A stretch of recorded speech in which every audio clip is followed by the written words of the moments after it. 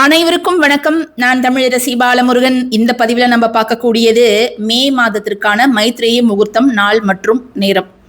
இந்த முறை நான் என்ன செய்ய போகிறேன் அப்படின்னு பார்த்தீங்கன்னா, எல்லா முகூர்த்தத்தையும் உங்ககிட்ட ஷேர் பண்ண போகிறது கிடையாது. ஏன்னா யாருமே அப்படிப்பட்ட பதிவுகளை பார்க்க மாட்டேங்கிறீங்க. ஸோ 3 முகூர்த்தம் இந்த மாதத்தில் வருது. அதில் கடைசியாக வரக்கூடிய முகூர்த்தம் தான் டாப் டக்கரான முகூர்த்தம்.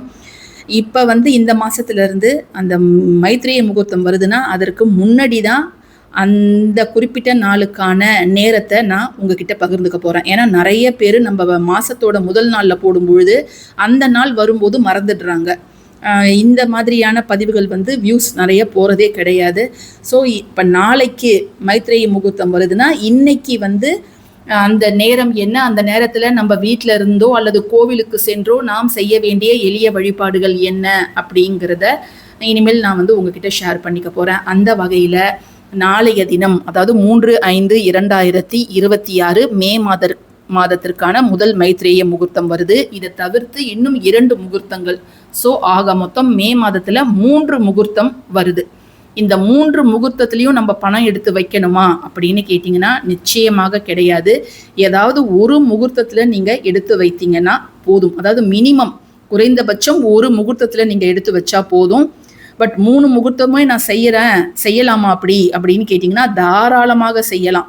நீங்கள் ஒரு விஷயத்தை அடிக்கடி திரும்ப அதை நினைக்கும் பொழுது அது அந்த பிரச்சனை தீர வேணும் அப்படின்னு அது தொடர்பாக நிறைய வழிபாடுகளை செய்யும்போது நிச்சயமாக அந்த பிரச்சனையிலிருந்து நீங்கள் வெளியில் வந்துடலாம்.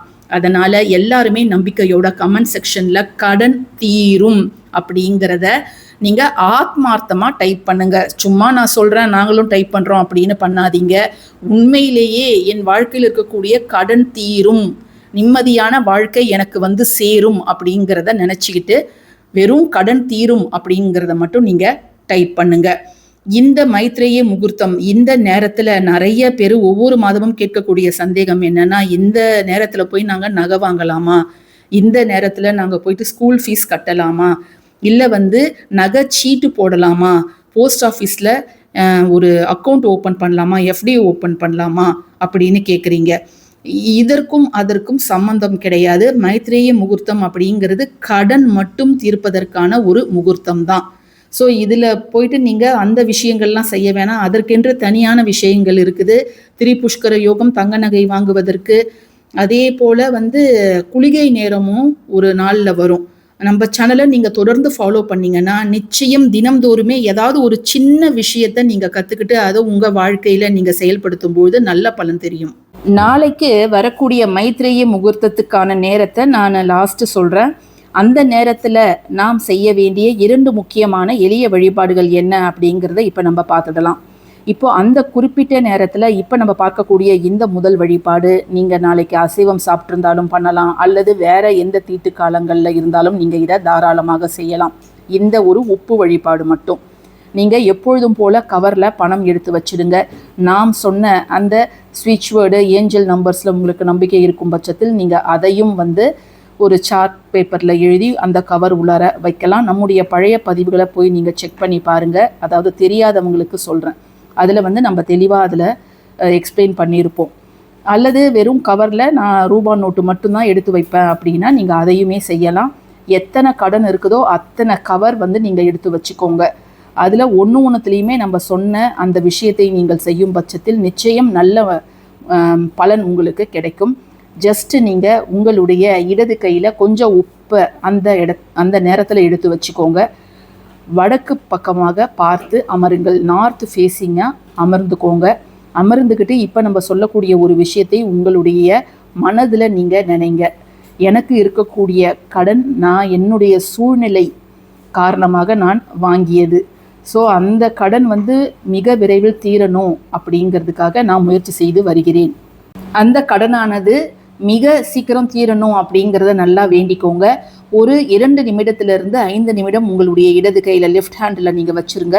அதன் பிறகு இதை போய் உங்கள் கிச்சன் சிங்க்லேயோ அல்லது பாத்ரூம் வாஷ் பேசின்லேயோ நீங்கள் இதை டிஸ்போஸ் பண்ணிவிடுங்க.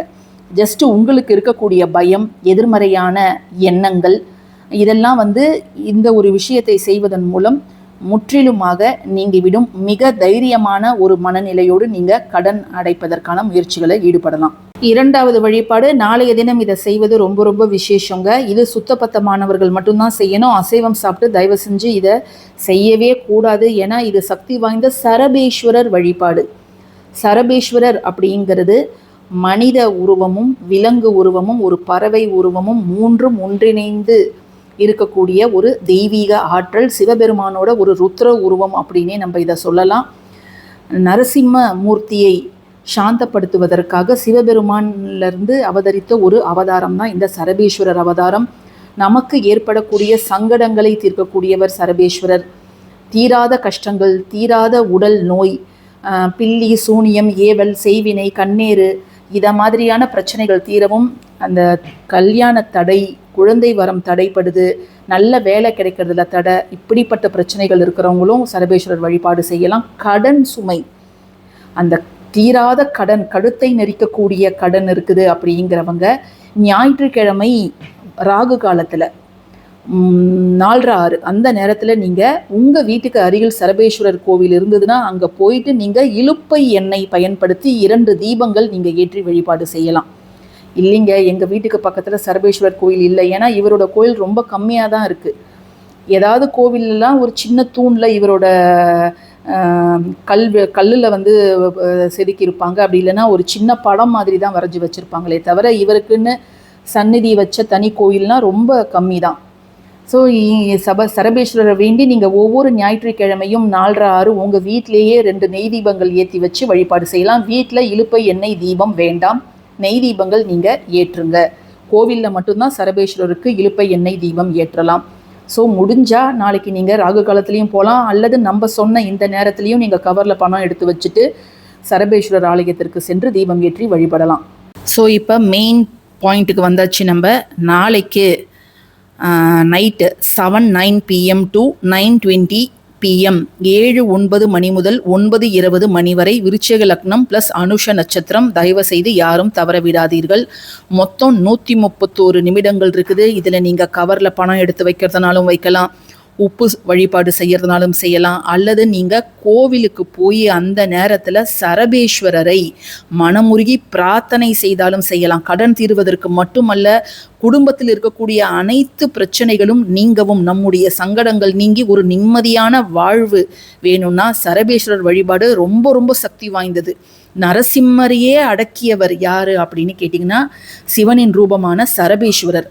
நரசிம்மரே எவ்வளோ ரொம்ப உக்கிரமான தெய்வம், அவரையே அடக்க அவதரித்தவர் தான் இந்த சரபேஸ்வரர். அதனால் சென்னையில் சில கோவில்கள் இருக்குது. நீங்கள் இருக்கக்கூடிய இடத்துல எந்த கோவில் இருக்குதுன்னு பார்த்துட்டு நீங்கள் அந்த ஆலயத்துக்கும் நீங்கள் செல்லலாம். அல்லது வீட்டிலேயே நாங்கள் செய்கிறோம் அப்படின்னாலும் சுத்தபத்தமாக இருக்கும் பட்சத்தில் 2 நெய் தீபங்கள் உங்கள் பூஜை அறையில் ஏற்றி வழிபாடு செய்யலாம்.